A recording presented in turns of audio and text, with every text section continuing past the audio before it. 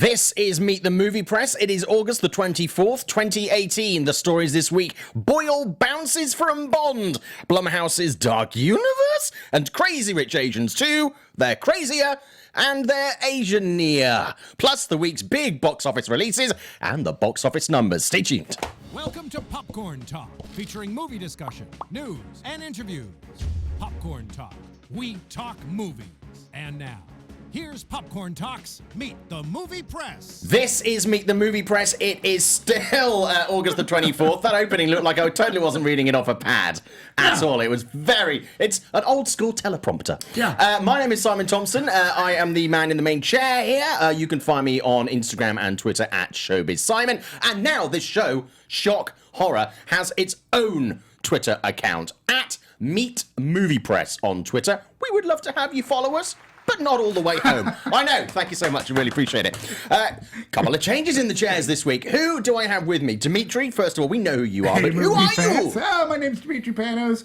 I'm here on Meet the Movie Press, and I also co-host Anatomy of a Movie, also to be found on the Popcorn Talk Network. So there. Yeah. We talk movies. You do That's talk what we movies. do. That is what we do every single Friday. Right. And Scott, you look different today. Very different. Hello, Ashley. Welcome to the show. Hi. Ashley, for those people who don't know who you are, I will just let you in on this in case you're wondering. That's a strange thing. Ashley is Scott's wife. Yes. Where can we find you on Twitter, Ashley? My Twitter handle is Ashley G. Menzel, and I write for We Live Entertainment.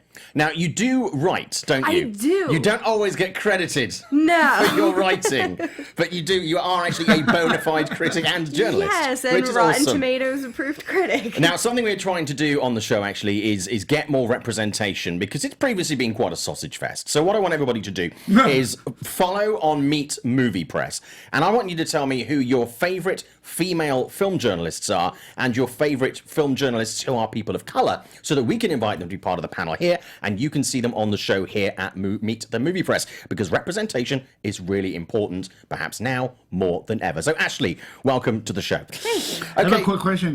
At the beginning of the show, you said something about a teleprompter? Yeah. You have a teleprompter? We don't have a no, we don't. We have a midget with an iPad. Fair enough. But I'll take that. That's totally fine. But they're being represented. Absolutely. And I mean, isn't it small person? Small person. If we're being PC? Actually, that's what I get called, to be honest with you. Although I was in a lift the other day, and I was the tallest person in the lift. Now I know how Ian McKellen felt in, like, the Hobbit movies. You're trolling those high schools seriously, again, huh?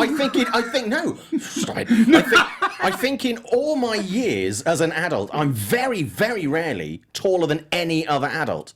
So it was kind of a big deal. I diaried about it. I blogged about it. Okay, so let's talk about the week's big releases. First of all, let's talk about a movie that you have seen, Papillon, which I have not seen, and is very quiet this weekend as far as a wide release goes. What did you think about that? A remake, obviously. Well, yeah, it's a remake of the 1973 film. And I actually saw it a year ago at Toronto, so it's been quite some time since I saw it. But I think a lot of people you talk to are going to not like it. I think I'm one of the only people who really appreciated it. Right. And I think where it succeeds is in its execution of, the cinematography. It does a great job of accentuating the isolation that Papillon feels when he's in solitary. It does a great job of creating visuals there's a scene where a man is executed in front of all the prisoners as they're on their knees in the mud in these red and white striped shirts, and it strikes you in a way that's different than any other film. While the story drags a little bit, the cinematography really stands out to me. So it's kind of, again, and I'll compare this, obviously totally different films, but last week we were talking about Alpha on the show, and the fact that really there is nothing out there like that. Visually, it's very unique and very standalone. But again, not a movie that a lot of people were kind of aware was coming out or were particularly excited about. Right. I was a fan of the original movie, and for those people that don't know, obviously this new version has Charlie Hunnam and Rami Malek in the lead roles. It's getting a kind of sizable release, 545 locations across the US, which is not massive.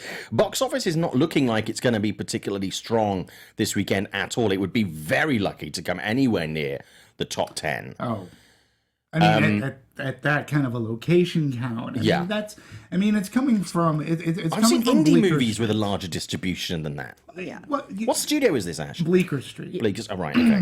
It's Bleecker Street, and when you're going 500, for Bleecker Street, that's a wide release. Yeah. Being they are truly an independent studio, so 500 to them is it's work for them, and 500, they go, well, that's a wide release, and yes, when you compare it to when movies come out at 4,000 plus locations, it's a little indie. Like they chose not to. 500 isn't a platform release for sure. Like they didn't pick New York, LA, Chicago, San Francisco. They just went out for 500. We'll see what happens. The original movie too is, for lack of better words, languidly paced or deliberately paced. I mean, and it's not a short movie. Mm-hmm. The original with Steve McQueen, it's the 2.5, almost 3 hours long, I believe. Yeah. So. Yeah, it's an interesting exercise for Bleecker Street, and I thought it was an interesting project for somebody to even consider redoing or remaking. Yeah, I mean, I'm just quite surprised. I mean, for me, we see this happening with a lot of movies right now. Is if it looks like they're going to be on that level of platform and that level of release, is actually they just bite the bullet and they put it out on a Netflix or as an Amazon as a studio unique one. I mean, would they, do you think, have been better to have focused this as that kind of release than making it theatrical? I mean, I understand. Or does it need to be that seen on the big screen? It has to be seen on the big screen. You're getting these views of the ocean where it's, he's standing on the edge of a rock or this big island, and you're just getting this huge panoramic view of like blue ocean as far as you can see, and you can't replicate that even on a 70-inch TV screen. It's not going to have the same effect. Yeah. So I think the best way to see most movies, but especially this one, it is slower paced, but if you want the full effect of how beautiful it is, the cinema is the best way to see it. So, yay, nay, somewhere in the middle? I really liked it. Okay. I may be alone, but that's okay. A lot of people who go to see this weekend might be alone by the sounds of it. I don't think it's going to be filling screens. I'll go with people. Just invite me. But talking of 70-inch screens and smaller, Searching. Oh my God. It takes place basically on computer screens, right? I really wanted to see this movie. I didn't see it. Unfortunately, I didn't get a screening invite. I am going to go and pay to see it this weekend because I've ditched the Movie Pass. It wouldn't be on it anyway. It wouldn't be on it. I mean, you'd be searching for it, but it wouldn't be there. But yeah, so this is a movie. It's making a lot of headlines apart from the fact that it's an indie movie that has a very interesting concept because it is the first Hollywood thriller to be led by an Asian American, John Cho. It was shot, I think, in like 13 days, 5 of which Deborah Messing was on set. So this is really like really low budget stuff. But is it? And it's released by Sony. Is it good? You've seen it. Oh, it's amazing. Yeah, I've heard good things. I love movies that try to go beyond what we're used to.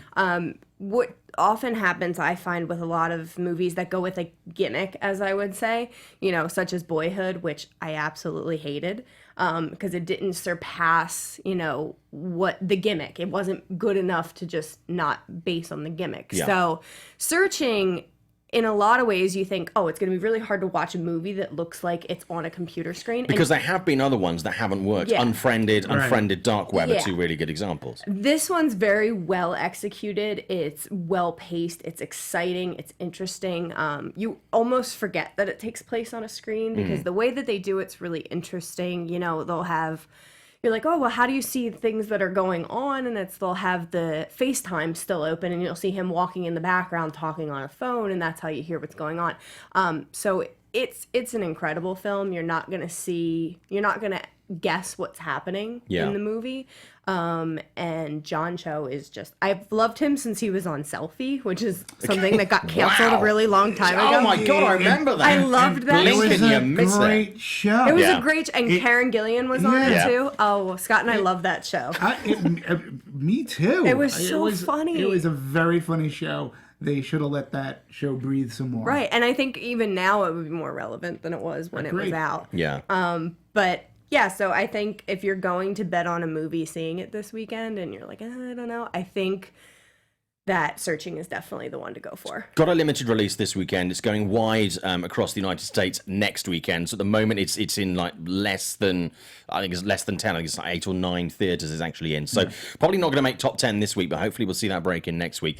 Going back to Papillon very briefly, that is looking at a performance of about 1.3 to 2 million, which is very, very low. Which, even bearing in mind having a movie that is a low budget, which this did not have, that is still really not going to make investors particularly happy in that. Let's talk about a movie that I have seen, but I know you guys haven't seen, the Happytime Murders, which is probably the widest release and the biggest release this week. It is going to be in the top 10. It's likely at the top. It's going to challenge Crazy Rich Asians for that #1 movie. We're looking at box office. Crazy Rich Asians in its sophomore week is looking at about 18.6 million. These are the figures according to Box Office Mojo, so some other people have it higher than that. Happytime Murders looking about 13.5, which is actually not bad, to be honest with you, for this kind of thing, and especially an R-rated comedy. Now, this to me, I know a lot of people have said it's like the worst film of the summer. It's one of the worst films of the year. I disagree with that. It is not a great movie, but for me, I wouldn't say it's a really great movie. It's the kind of movie that you don't have to see on the big screen. You can watch it at home. The biggest problem for me, I love the idea. I think the casting was generally pretty good.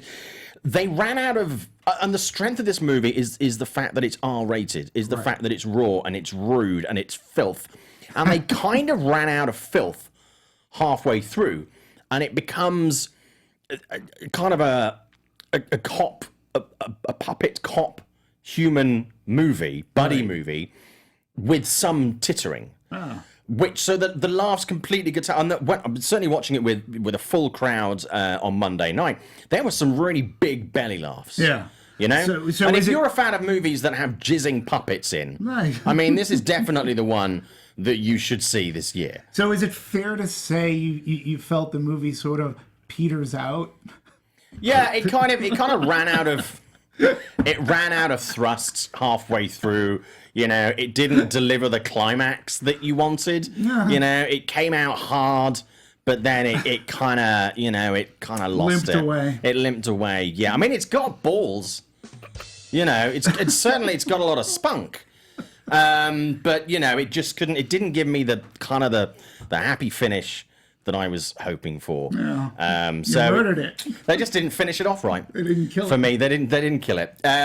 So I mean, they banged this one out in the movie theaters this week. You know, it'll hang around for a couple of weeks. I don't think it's going to do terribly. I don't think it's going to do particularly well. You don't think it'll mop up at the box office? Oh, Jesus. Oh, that image. No, I mean, it's not a terrible movie. It just kind of ran. I mean, if Brian had called me, I would have gladly given him enough dick jokes to have fleshed out the 45 minutes that I think kind of came up short. But definitely, I mean, it's not terrible. I have a couple of beers or have a smoke or whatever before, if it's legal in your state or country. Otherwise, don't. That's illegal. And obviously, drugs are bad, so don't do them. But it just doesn't. It doesn't really. It just fails in where it really needs to succeed, which is being a strong gross out comedy. That's what they sell it as. It kind of goes halfway there, and it just doesn't. It kind of loses it, which is a shame. Yeah. If they'd have done a better job with it, I think we could have seen a sequel. I think the chance of seeing a sequel to this is now very low to non-existent, which is a bit of a shame, I think. Yeah, I mean, when you started the conversation about, you know, it's going up against Crazy Rich Asians, I actually think Crazy Rich Asians is going to hold probably a little bit better than some people might give it credit for. Yeah. I think it has this. Well, number one, people are liking the movie a lot. There isn't a romantic comedy. Well, there hasn't been a good one in a long time, and people are gravitating to that right now. And I think it's still going to end up being number one. And, you know, 13 sounds about right, and it could do a little lower, I think, for Happytime Murders. It wouldn't surprise me if it came in sort of at about 10, 10 to 11, and we see the Meg actually go up to second place. You know, because I think that's still got a little, I mean, for a shark, it's got legs. But, you know, I don't think Happytime Murders is going to hang around too long. I think maybe 2 weeks in the top 10, and that's about it. So. Didn't they start a studio? I don't know if it's a studio or an executive company where they're actually going to try to keep doing these. It's like Yeah, it is. I mean, Jim Henson. Something. Well, yeah, they do. I mean, I spend a couple of times a year. They do a show called Pop It Up, which is a show they've done around the US in Vegas. They've done it at various festivals, where it's basically taking actually, and some of the puppets from that actually appear in the movie. Oh, okay. And I've been to see the show, and it's basically an improvised show where people shout out things that are usually 99% of the time obscene, and they will act out scenes with various characters. And this was kind of an extension of that. They wanted to turn it into something that was a live action show, and this is where kind of the Happytime Murders movie idea originally came from. Whether that will now bear more fruit, I do not know, to be honest with you. I mean, it really depends. I don't know the budget of Happytime Murders, but I don't see that unless this is particularly healthy, or maybe it finds sort of some sort of cult following, on home entertainment. I don't know. But it's not as strong as, say, Sausage Party. Right. And a lot of people in the chat have been comparing it to Ted. And it goes further than Ted for the first half, and then it completely pulls back. And I think that's kind of where the problem is going to be for this. It doesn't really sustain the laughs all the way through, which I think it really is a key component of being a R-rated comedy, is the comedy. Because otherwise you've just got freaky shit that you're watching. And Ted never pulled out. So... Onwards? Talking on the subject of Ted, one of our regular viewers, Jack Dennis. I thought he was going to say on the topic of something else. Oh, boy. Yeah, we're going to get to the news in just a second, but actually on the subject of Ted, Jack Dennis, or Miles Teller, as we know him in the chat, he was commenting recently on a show we did a couple of weeks ago about whether or not we would get a third Ted movie. That's right. And would we see maybe a Ted threequel or a Ted TV show by 2025? Realistically, looking at the box office and the decline in popularity and the fact that people are no longer really talking about Ted in general, I realistically don't think that's going to happen. And from what I know within talking within the studios, there are no plans for that right now. But I think there is room for a gross-out comedy. Sure. And I think had this done well, we could have seen this maybe transfer either to a big screen sequel or something on the small screen, which I think would have been an option, certainly with the likes of a Netflix or something like that. And we've talked about it here. I know we've talked about it in Anatomy of a Movie, specifically when we're breaking down a comedy. And comedy today is so hard.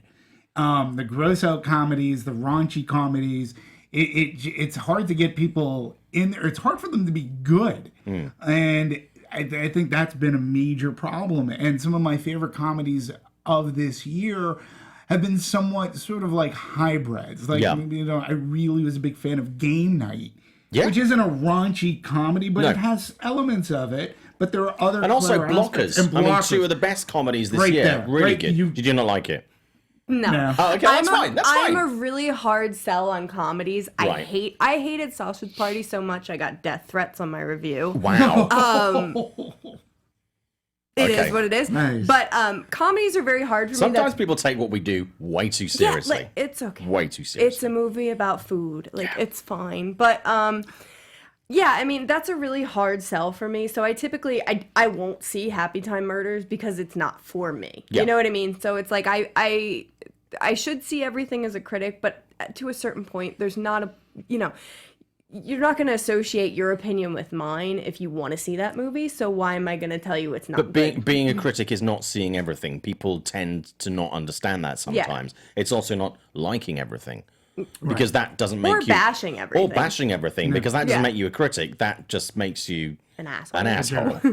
Yeah. But that's true. I mean, people, Sky in the chat saying, great jokes and puns from the Happytime Murders from me.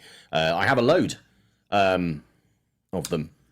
I'm so glad. Anyway, so that's looking like that's going to do quite well this weekend. But I mean, it's not. If it was me, realistically, I would say actually, if you don't catch it in theaters, then you would probably be fine to watch it on home entertainment, enjoying it with a few brews and some buds. And that's absolutely fantastic. So many movies to catch up on. Okay, let's move on. And if you're just tuning into the show, by the way, if you're wondering who we are, my name is Simon Thompson. You can find me at ShowBizSimon on Instagram and Twitter. With me is Demetri. Where can we find you, Demetri? Hey there, you can find me here on Meet the Movie Press and also on Popcorn Talks. Anatomy of a Movie. And Ashley. You can find me on Twitter at Ashley G. Menzel or on We Live Entertainment for my written reviews. And now, obviously, we have our own Twitter for Meet the Movie Press, which is kind of a big deal, at Meet Movie Press. So please do follow and spread the word. We're going to be talking about a poll I put up there yesterday, which is to do with something we talked about on the show last week, which is about Blumhouse. Right. So we're coming back to that later on. Let's talk about the big news this week. Probably the biggest story of the week is Danny Boyle exiting Bond 25. Also, it could lose its release date. A lot of people are very disappointed about this news. Firstly, Ashley, what did you think about this when this broke this week? I mean, we already assumed that it's just going to be creative differences or the reason that's going to be cited. But I read something earlier that said they're actually taking the script with them as well. So I think it's definitely losing its release date for sure, because they got to start from scratch, and they're bringing back the veteran writers for James Bond instead of sticking with Danny Boyle's script too. Yeah, I mean, it was kind of when you have a director who does want to bring their own script, there are certain things that do come along with that. And obviously, if it's a director that has their own script, if you're another director that then joins that project, you would instinctively want to either completely rework or majority rework, and you want to go with your own idea. Yeah. Now, talking about the creative differences, one thing that was reported this week, how true this is, we don't know, is the fact that there were disagreements between Danny Boyle and Daniel Craig about the villain. And the type of the tone of the movie that was going to happen. It would be a shame for me if, I think the last couple of Bond movies, and I think really for the last 10 years, 15 years or so, the problem with Bond has been the villain. It's been hit and miss. As much as I love Blofeld as a character, I didn't really go with Blofeld at all in the last one. I was very disappointed. Okay. And I really like Christoph Waltz, and I love the Blofeld character. It just didn't work for me. A lot of people had a problem with the previous villain as well, which was in Skyfall. Demetri, when you heard this news and you heard about the creative differences, what was your kind of take on this? Well, first off, I'm a really big Bond fan. Yeah. And the Daniel Craig Bonds I've really liked. I mean, there have been some stronger than others. Skyfall, I think of his movies has been the best. The Spectre was good, just not as good as Skyfall. When they announced Danny Boyle in the first place, I wasn't on board. Forgive me. I just don't think... I don't know. I just wasn't on board with the whole idea of him directing a Bond movie. Yeah. It just didn't strike me. He just doesn't seem to have that... Bond today, and with where some of these directors have taken it, he just doesn't seem to be... He doesn't have the chops for the type of action that Bond is. He's going to be a little bit more stylistic. And not that Bond doesn't need style within its movie. I mean, you had Roger Deakins for Skyfall, perhaps the most beautiful Bond, beautifully shot Bond movie there is. But I just wasn't on board with Danny Boyle filming a Bond movie or even writing one. I mean, and if you're looking for directors, I was thinking about who can you get to replace him? Well, I know Christopher McQuarrie's beat from Mission Impossible, but if anybody could write... It's not going to be Chris McQuarrie. I know. It's not going to be Chris McQuarrie. It's my wish list. Okay? No, I know, but a lot of people suggested him this week, and it's Joss Whedon would be really good, too, because he gets that. And again, he's for hire. I'm not saying to go for these, but you should go for somebody that that has this type of action within them, and they can be stylistic, but yet they know story. They're not gonna convolute it. The other thing they have to worry about here too is this is more than likely going to be Daniel Craig's last Bond. Yeah, you've got to go out with a bang. You have to do better than Spectre. So you have, when you're picking a director, that person, he or she, whoever it is, has to be right for the job. And I think, to be honest with you on that, I mean, you say this is going to be Daniel Craig's last. We thought that perhaps the last one was going to be Daniel Craig's last one. If Daniel Craig doesn't like what's on the table, Daniel Craig can get out of his contract. Sure. I mean, golden handcuffs contracts in Hollywood get broken all the time. They're expensive, but it does happen. So I think if Daniel isn't happy with it, we could potentially see him see him go, actually, I don't want to fizzle out as Bond. I don't want my final one to be not quite what it could be if he's not exactly going in the right direction. He could potentially walk away, especially if there's no pressure of a release date. Yeah, and I mean, he is probably, I know he was executive producer in the last one, and he probably has some semblance of a producer credit here too. So they should just do it right. Yeah. Getting it right is the main thing. A lot of people in the chat talking about this. Sky Patterson saying, Danny Boyle exiting James Bond 25, so disappointing. Film may be getting a page one rewrite. Either do the film or scrap it and reboot as a standalone film and move on. I think that's fair. Sky saying, would give the James Bond on the back of comments about who would like to see potentially direct. Yann Demange is actually, according to some of the bookies, is a favourite to take over. Christopher McQuarrie, Catherine Hardwicke, Ken Branagh, David Mackenzie, Karen Kusama, Catherine Bigelow, or Joel Edgerton. Now, we're seeing quite a few people. A lot of those names are coming up for pretty much any big action franchise that comes up. We're seeing a lot of those other names. I'm wondering if we need to perhaps look a little bit further outside of the box and come out with something, you know, slightly different, kind of like a, not John Woo, but that kind of person. Bring someone in who maybe is a little bit more left field to really give it that sort of fresh, shaking up feel. I mean, I'm disappointed that Danny's not going to do it. I think he would have done a really good Bond. And when you were talking stylistically, I think something we remember most of all about Bond movies and those certain iconic scenes that we remember, it is about style, it is about finesse, it's action set pieces. And I think Danny has provided many of those, and he has the background in drama. He's also done a lot of things that haven't worked when it comes down to that kind of thing. So it is a risk to have him as director, but I think he would have been really good. I think it's going to be interesting to see what happens. I don't think we're going to have any major decisions on this in the next couple of months. But, I mean, actually, ideally, when it comes to directors, is there anybody that you really think? I mean, a lot of women's names are there. Yeah. I mean, you've seen all the furore over the possibility, which is not going to happen now, but Idris Elba being Bond. People are going, you can't have a non-white Bond. Could you have a woman directing a Bond movie? Absolutely. Yeah. I mean, that would be my choice.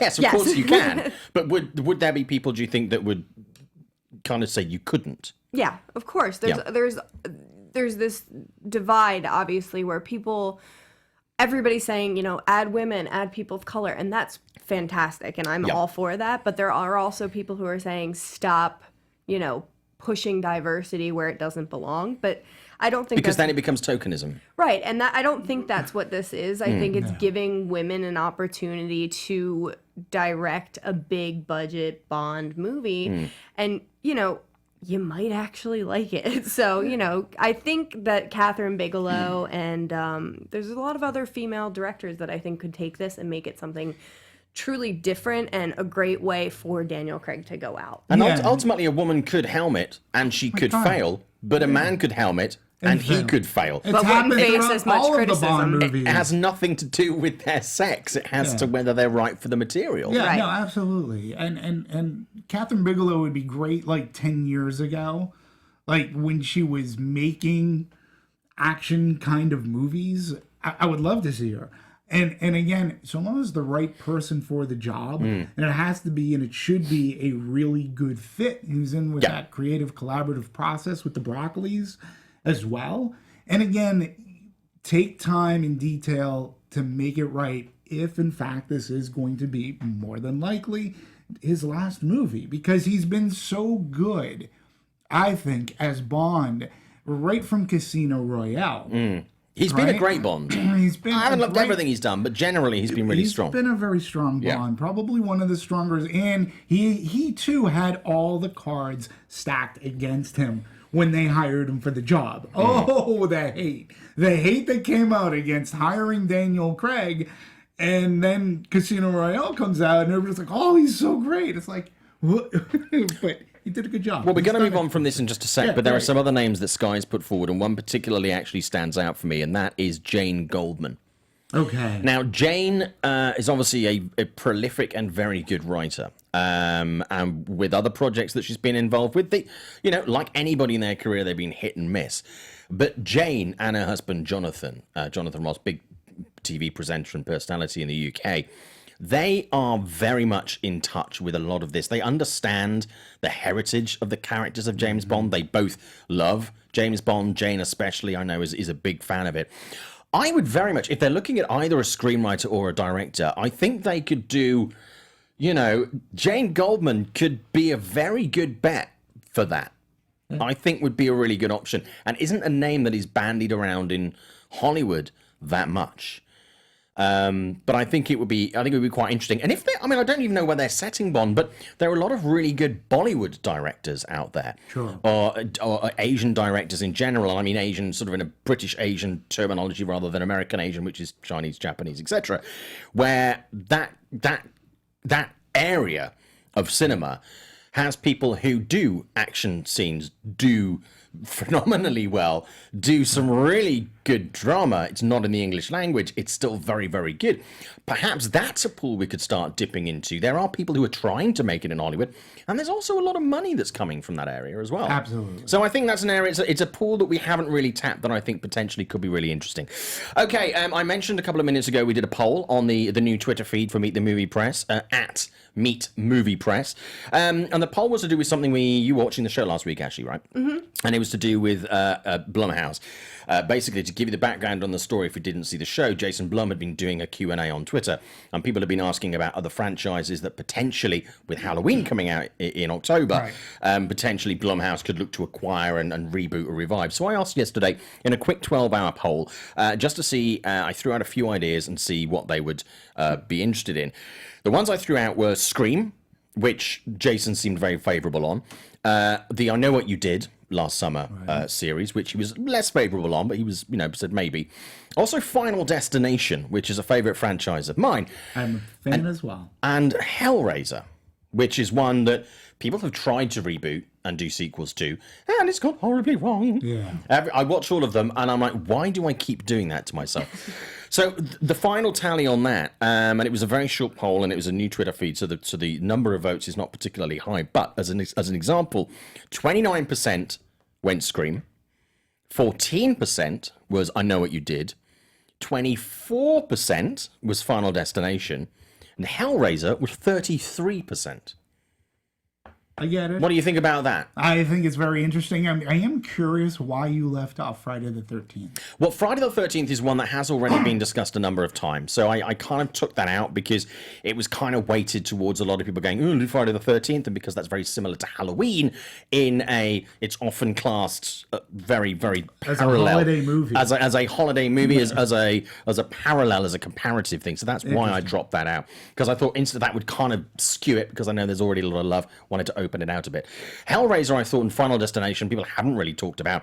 Kind of similar to Scream and I Know What You Did last summer. So if it was Hellraiser, if Jason Blum was watching the show and was like, hey, I'm going to go into the office on Friday at 10:30 and suggest we buy another franchise. If it was Hellraiser, Ashley, what would you think? Are you a fan of that franchise? You can totally not be. That's totally fine. Here's the thing. This is an interesting topic for me because I am a giant scaredy cat. So right. It's really hard for me to watch horror movies. Okay. But I do appreciate them if I can get myself through them. Hellraiser is one of them I haven't been able to make myself watch yet. So okay. I can't really weigh in on that, but the first two Hellraiser movies are fucking terrifying. Yeah. They're really, still to this day. I've watched parts of them and I had nightmares. They're intense. So, yeah. I mean, the original Hellraiser it's been on cable a lot lately.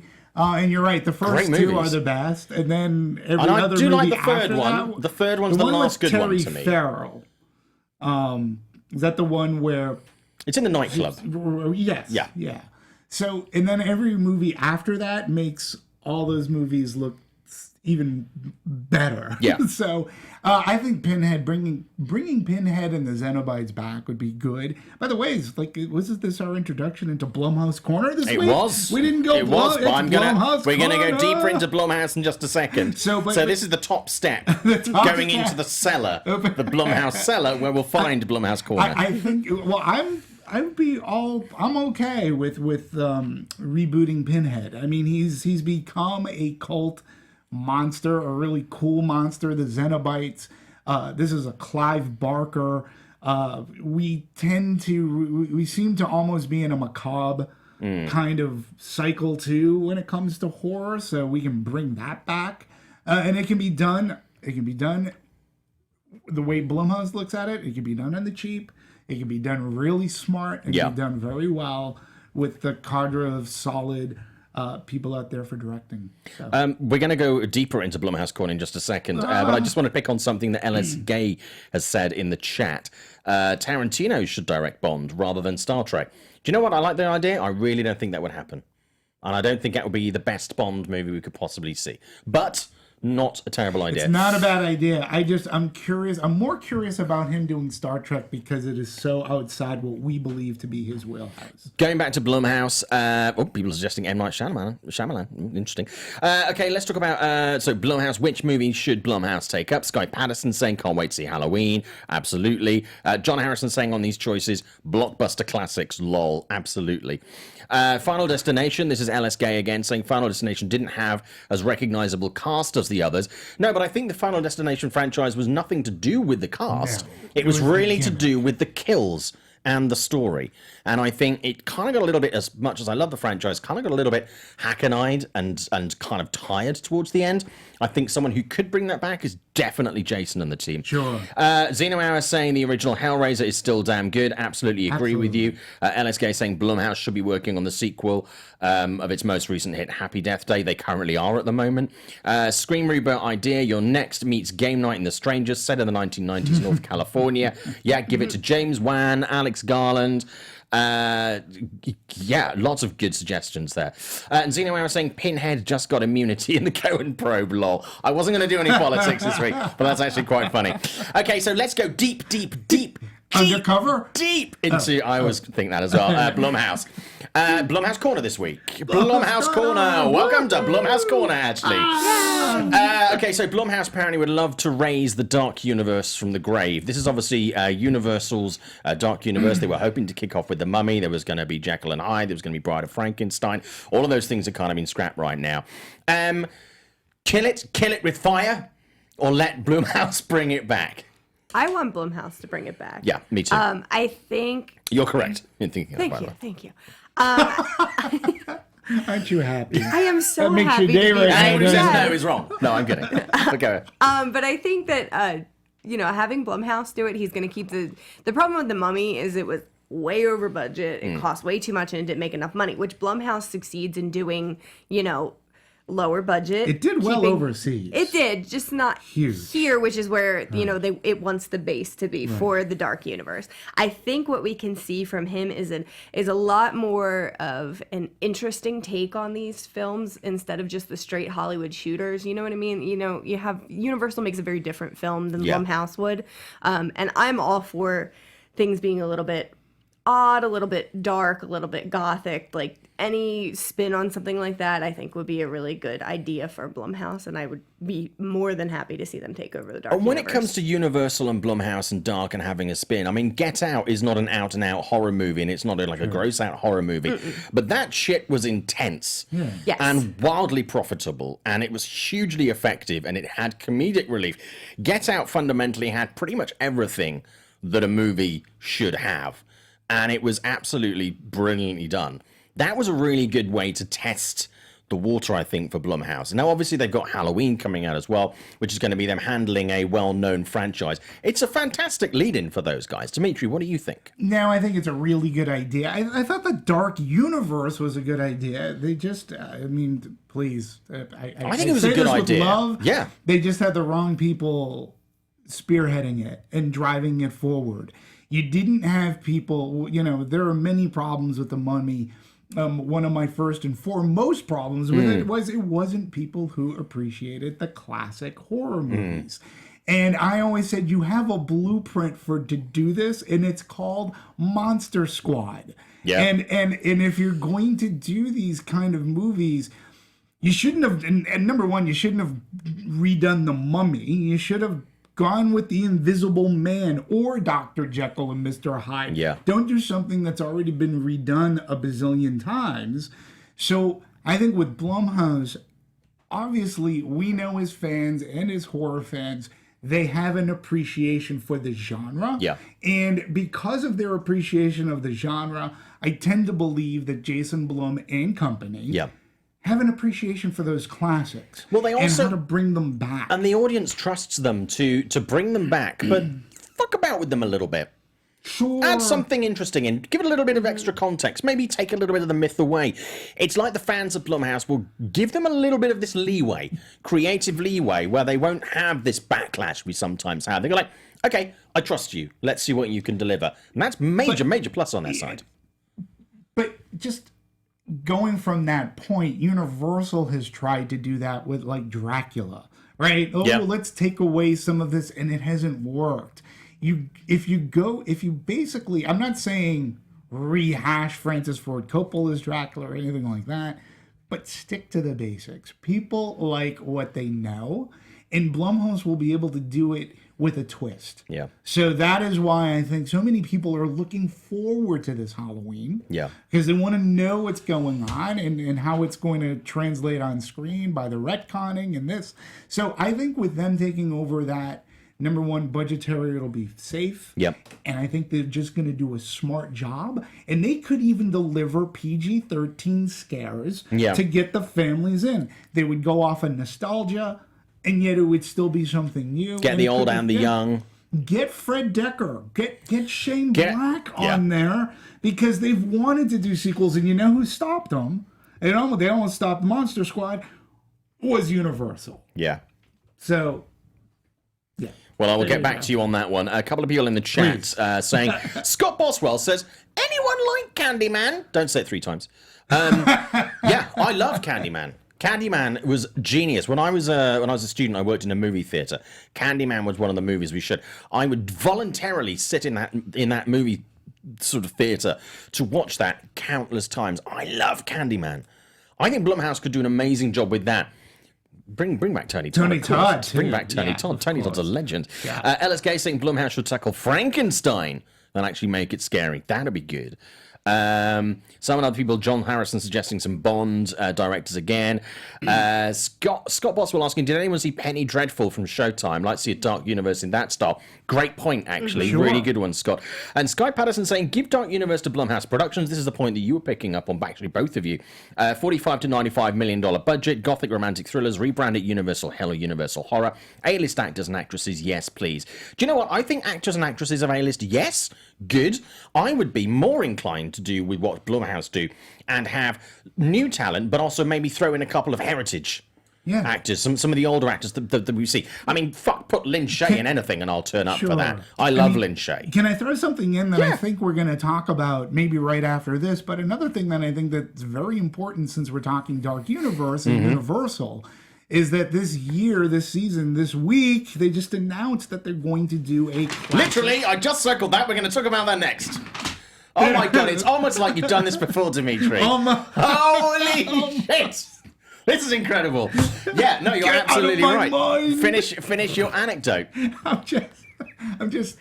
just think that if you're spending time to do this, obviously Universal always throws back to their classics. I mean, Jesus, this year alone, I think in September, they're releasing the Mega Is box set of every single one of their classic horror movies. So it just makes sense, but it need be done right. That's all. I mean, that by the way, that Blu-ray box set looks absolutely beautiful. I've got a smaller version of that came out a couple of years ago. It looks amazing. You know, my only caveat with that is it's not going to include Creature from the Black Lagoon in 3D. So I like watching that movie in 3D. Yeah. Recently, actually, that was shown as part of a film series here to do with LACMA's 3D exhibition. Yeah. So great. But yes, you are absolutely right. The Classic Monsters Maze is the final announcement for Halloween Horror Nights here at Universal in Los Angeles, which is amazing. It's something John Murdy, the guy who's the creative director of Universal, I've known John for a couple of years. The last couple of years, we talked about a number of mazes that he's been desperately trying to do. This is one of them that he's been trying to do. Poltergeist he's been trying to do. The year before it was The Shining, which he'd been trying to do for years. The year before that, it was The Exorcist that he was trying to do for years. A lot of these classic things are really coming through, and he's getting to realize a lot of these, which is amazing. It's going to be fantastic. But also, back again is the horrors of Blumhouse. Right. with a new maze. They didn't have it in Orlando last year. They're having it in Orlando, so we're getting a different one this year, which is going to feature Unfriended. Right.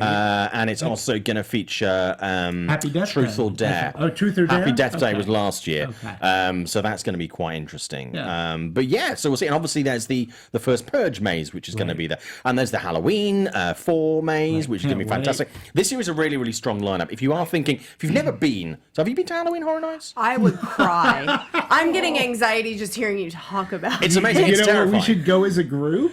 It's brilliant. Yeah, we should go. It Yeah. would be, I'm telling you, if you videoed me going through something that terrifies me, it would go viral in 5 seconds. Okay, Because okay. I'm a spaz. Do you know what? Actually, yes, we will. We will. Yes, we will. Thank you for offering. That's wonderful. Hey, I got Look forward to a that. whole Look bottle forward of to that. Xanax. That's I'm good. good. Don't worry, we'll capture Scott laughing helplessly in the corner, like a good husband. He laughs whenever I get scared by something. And everybody- he thinks it's funny. And everybody else around us would be laughing too. Now, But yeah. going back to the classic monsters maze here, what I've read about it too is they say that too is going to have like a little bit of an edge. Mm-hmm. So falling into Blumhouse, yeah, it makes sense. It makes And perfect I can't sense. wait for the Universal Horror Nights. I haven't gone in some years. I'm really looking forward to it. It's it opens on September the 14th. Tickets are on sale now for both Orlando and Universal Studios Hollywood. It's going to be a fantastic night. And if you go on that opening night, by the way, because they have a red carpet event, which I'm very lucky to attend every year, a lot of people from the movies, including the likes of Jason Blum, they all walk the carpet, and they often get to do some of the mazes. Nice. So if you're in line for these mazes, you may well see your favorite people from film and TV actually walking the line and doing these mazes and pooping their pants. Which is great. They are terrifying. That's so another maze. It's terrifying. That's another maze. That's a all within completely itself. completely different event. The Restroom. Next week on the show, I actually had a meeting up at Warner Brothers this week to do with a special Halloween event they're having. Yes. So not to seem completely one-sided, I'm going to be talking about that on the show next week, and I'll be posting a piece They on had Forbes. they had a very successful panel at midnight or Yes. Midsummer Screen. Well, I got some really nice Yeah. exclusives out of them, so I'm That's really looking nice. to doing that next week. Okay, another story. Let's before we just go on. There are a couple more people in the chat who have something to say on the Blumhouse and the Dark Universe. Would love to see Guillermo del Toro and Taylor Sheridan take on Frankenstein. That's a good idea. With Javier Bardem, Penelope Cruz, Russell Crowe, Monica Bellucci, Sterling K. Brown, and Guy Pearce starring. I would like to see Sterling K. Brown as Dracula. I love Okay. Sterling K. He Brown. is just amazing. He is so smooth. I mean, if he wasn't American, I think he would make an amazing Bond. He is so charismatic as an actor. I think be a he good would be. Dracula. He'd be great as Dracula. He'd be great as the Invisible Man. Yeah. Maybe the Oh. seriously Wolfman. Maybe Actually, Invisible Man. Jekyll That- and Hyde. I mean, I know there are versions of these that were done in blaxploitation 70s and 80s. The 70s, where people did do black versions of these characters. And I'm not saying, oh, let's do like a blaxploitation version, but many of those characters he would be superb for. Yeah, agreed. Really, really good. So I'm just saying, Blumhouse, if you're doing it, then maybe Sterling K. Brown would want to do it. He's kind of awesome. He's just so good. I would love to see John Hamm, actually, maybe as Jekyll and Hyde. He could be a Jekyll and Hyde. He too would Wolfman? have the cadence. I think John Hamm would have he would have the cadence for the Invisible Man because he's invisible, so it does rely on the voice, and I think he would be able to bring in that cynicism, sarcasm, and that just about I'm gonna go over the bend kind of cadence that character really needs. What about Ansel Elgort as the Invisible Man? Oh, well, that went down well. Okay. I mean, I like the guy. Yeah, I just don't think he has that edge that you would need for that type of role. Edgar Wright for Bond director? Just saying. Baby Driver 2? He could be. Yeah, that is true. Baby Driver 2, Bond 25. That sounds like a sports score. Baby Driver 2, Bond 25. He could do it. He could do it. Yeah. He could do it. I mean, I'm just going to say, I'll mention that. Okay, a couple of other things we need to get to in the show. We have less than 15 minutes left. Mentioned at the top of the show, Crazy Rich Asians sequel is moving forward with John M. Chu returning to direct. That film has done phenomenally well. Sure. It has engaged target represented audiences and people far outside of that. And people have come out of it absolutely lapping this movie up. No real surprise to me because we know it's a series of books. Right. But I think people have been very impressed by the way that this has been received. Not entirely surprised by the sequel, but I think it's actually going to help the box office by people know there is going to be a sequel. They want to get on the train now, if they haven't been on there already. Ashley, have you seen it? Yes. What did you think? I loved it. I thought it was, I think when you have roles that are, you know, a specific ethnicity, that people tend to think that, oh, it's a movie just for Asians, and it's not. It has wide appeal. It's a beautiful romantic comedy, and the actors are amazing in it, and I'm overjoyed that it's coming back for a second and probably third. I think there's 3 books in the series. So fingers crossed we get 3. Curious question. I haven't seen it yet, unfortunately, but the end of the movie, at the end of it, did you think this is great if they don't make more sequels, or did it leave you wanting sequels, and did it leave it open for sequels? Did they close it just in case? Because I haven't read the books. I can't read. I felt like it was closed just in case. Right. Because, you know, there was a ton riding on the first. Yeah. So I think they didn't want to do what a lot of films do, is leave it open and then they get nothing. Yeah. So I think they did a great job of that. But still leaving you wanting more of the actual characters instead of, you know, it's a difference between leaving you wanting more where there's a story end that's like not tied up. Whereas I feel this one's just, you love the characters so much that you want to see more of them. Yeah, I think this was Warner Brothers, correct? Yeah. Right? So, and I think what they've done brilliantly is they avoided ever using the word franchise, even though it's 3 books, right? So you know that they can mine from those 3 books. But for the people who may not be familiar with that, all you're aware of is this one movie. So to me, it's this kind of throwback to the 80s where let's make a movie, let's see if it works, and then if it works, then we'll announce a sequel. Yeah. We're not going to announce the sequel as we're going into pre-production in the first movie and say, hell yeah, they're making Crazy Rich Asians, which will be out this summer, but they've already greenlit the sequel to that and the third one. No, they did this right. Let's ensure the first one works. Let audiences really like it. It does well in the box office. It'll continue to. Now is the time. You do it afterwards. Now we're going to do a sequel. I think it's a smart play. And you don't... I think people are fatigued of franchise fatigued. And they're fatigued of hearing the word franchise. So this is just a standalone movie. I think they have to try and get it made and out in 2 years. I think if they leave it any longer than 2 years, and then obviously if they do then decide if the second one is as successful or more successful, then they have to do it. Because a lot of this is to do with the age of the leads and it working and everything else. And I think if they leave it too long, I think the zeitgeist, the bubble might burst. And I think also because now, and this is no criticism because fundamentally it's a good thing, now Hollywood has seen that you can have casts that are strongly or predominantly Asian, and they don't have to be household names, and people will turn out if it's a good movie. It's not going to be the only one in the field when the next one rolls around in 2 years. And so you want to make sure that it doesn't effectively get kind of overtaken. It doesn't get kind of lost among more of these kind of movies, because right now it's very unique. It's very unique. The last time we saw a movie like this was 25 years ago. There was an Asian cast that was a predominantly Asian cast Hollywood movie that did this well. And I think that the plus is the fact we'll see more representation. The downside is the fact that we'll see more representation, and so it won't be quite so unique. I think that's a risk. So do you think 2 years they should start working on this? Perfect. Yeah. 2 years is perfect because they're going to ride the theatrical wave. Then they're going to ride home entertainment. So that's the various streamings, the Blu-ray, Netflix, whatever it ends up on. And by that time, it'll still be in the zeitgeist.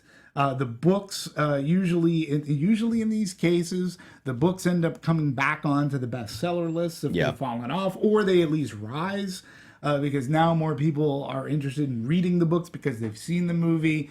So 2 years is a decent enough time. I'm that done. certainly I am going to make time this weekend to go and see Crazy Rich Asians, and I'm going to go and see Searching, which I think is great. So that's good. Let's look at some other stuff that I think we should talk about this week. We've got about 10 minutes left on the show. Top Gun Maverick. Some casting news on that this week. John Hamm and Ed Harris are going to be going into the Danger Zone. Right. Thoughts? Seems right. Yeah.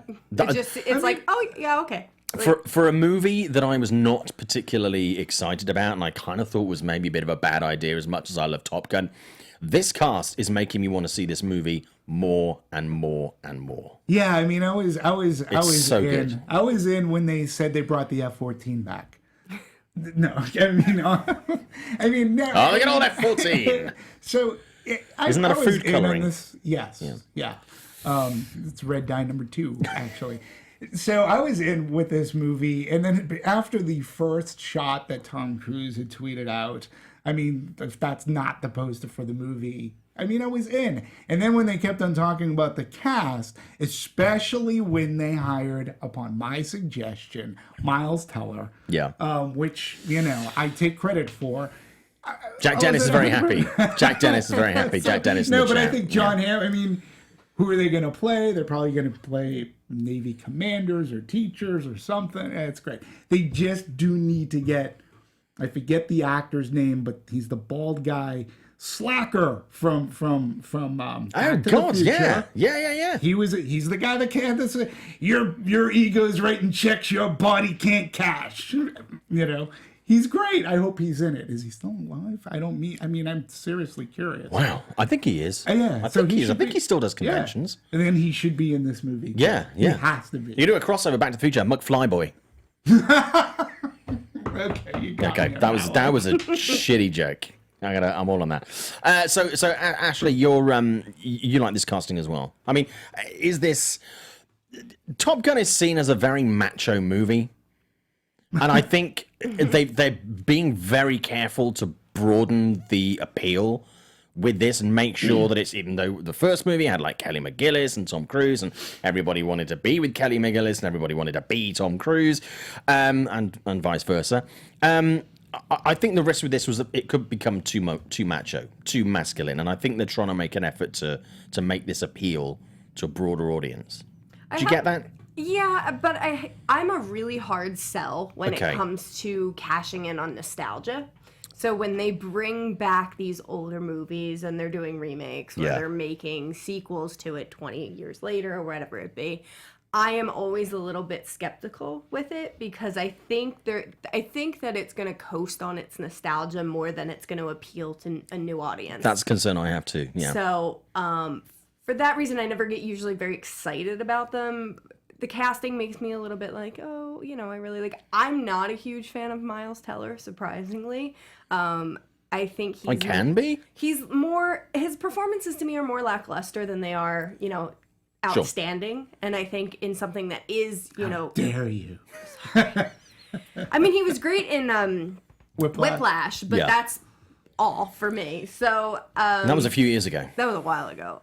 J.K. Simmons hasn't really done much since then either. Yeah. So it's a hard sell for me, but I'll give it a try. I agree to your point.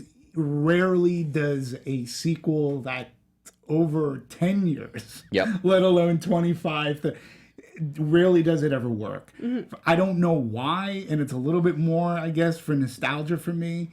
This one, they seem like they're getting the right folks together, from the director, from the cast. Female leads, we haven't really. I was going to get to that next. Yeah. We haven't heard a lot about women in this cast. Right. And Kelly McGillis, it wasn't obviously Meg Ryan as well, but it wasn't a female heavy cast last time. There seems to be a little bit of silence on the women. Now, whether they're obviously having conversations, we know there are female women from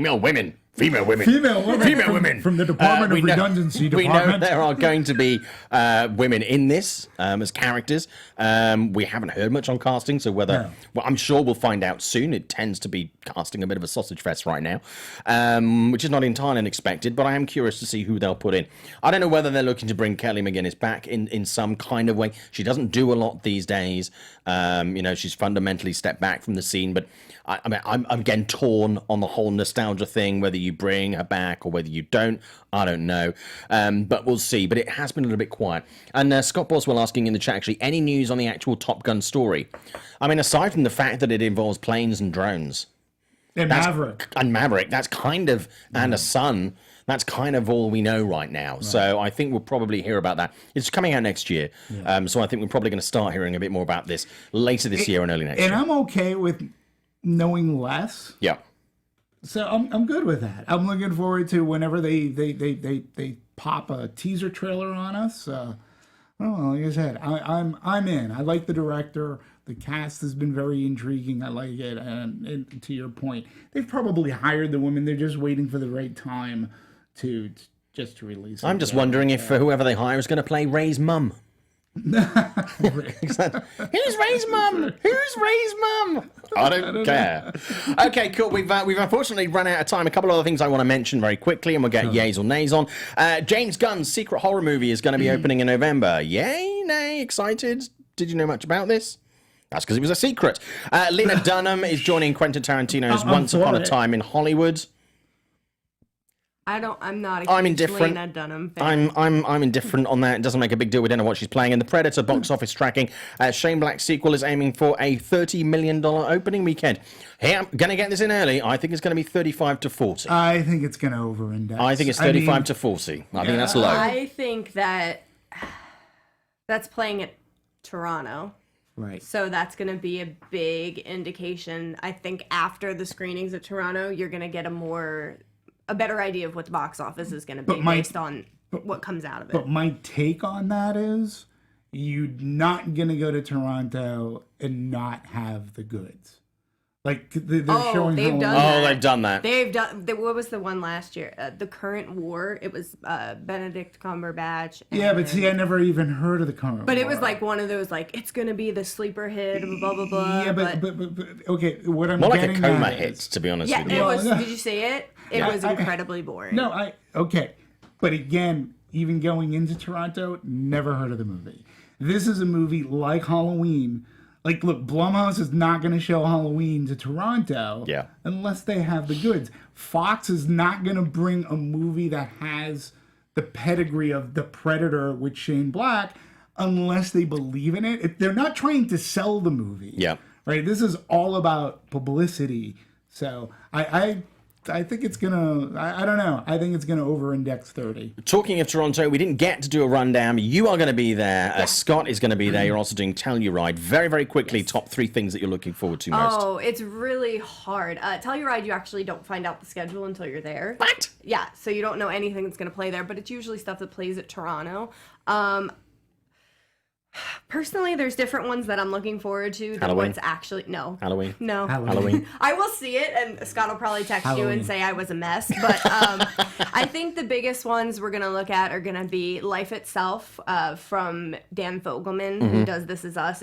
Everybody is telling us you're going to cry. I've been hearing amazing things about that movie. Yeah. Fahrenheit 11/9, Michael Moore's new documentary. Yeah. That's going to be big. And then it's going to be a toss-up between, The Hate You Give and A Star Is Born and a few other ones that have that major, either appeal or it's the casting that's going to really sell it. I personally am looking forward to Wildlife, which is Paul Dano's debut directorial debut, because I love Paul Dano and I think he's got a really interesting Hollywood hasn't known what to do with him for way too long. He's fascinating. What was the one he was in for the Beach Boys? A couple of years ago. Yeah, with John Cusack. Oh, that was amazing. Yeah. So nobody saw it. I'm all for it. Nobody saw it. Well, hopefully we're going to keep in touch with you guys while you are away in Toronto and Telluride, which would be amazing, which is great. I'm afraid we've run out of time. So we'll go along the line and we'll say who we are and what we do. Okay. Ladies first. Ladies first, Ashley. I guess. Okay. I am Ashley Menzel. You can find me on Twitter at Ashley G Menzel, and I'm on We Live Entertainment for my written reviews. And thank you for joining us this week. Thank you for We hope having you'll me. come back. Nice. That'll We be didn't awesome. scare you away. Demetri. Hey, Demetri Panos. You can find me here at Meet the Movie Press. Also, Popcorn Talk Network's Anatomy of a Movie. Please support me on Twitter at dmovies1701. That's at dmovies1701. And my name is Simon Thompson. You can find me at Showbiz Simon on Twitter and Instagram. And now this very show has its own Twitter. Please follow, please share, please get everyone you know, everyone that you follow and follows you, tell them about at Meet Movie Press. Thank you so much. I will be back next week. Demetri will be back next week. Yes. Scott will not. We will have someone else in the chair this week. But thank you so much for watching the show. Like, subscribe, tell everybody if you like this show that you like this show, and they should like this show too. Have a great weekend, and thank you for joining us. Folks. Thanks, everybody. Thank you. From producers Maria Menounos, Kevin Undergaro, Phil Svitek, and the entire Popcorn Talk Network, we would like to thank you for tuning in. For questions or comments, be sure to visit popcorntalk.com. I'm Sir Richard Wentworth, and this has been a presentation of the Popcorn Talk Network. The views expressed herein are those of the hosts only and do not necessarily reflect the views of its owners or principals.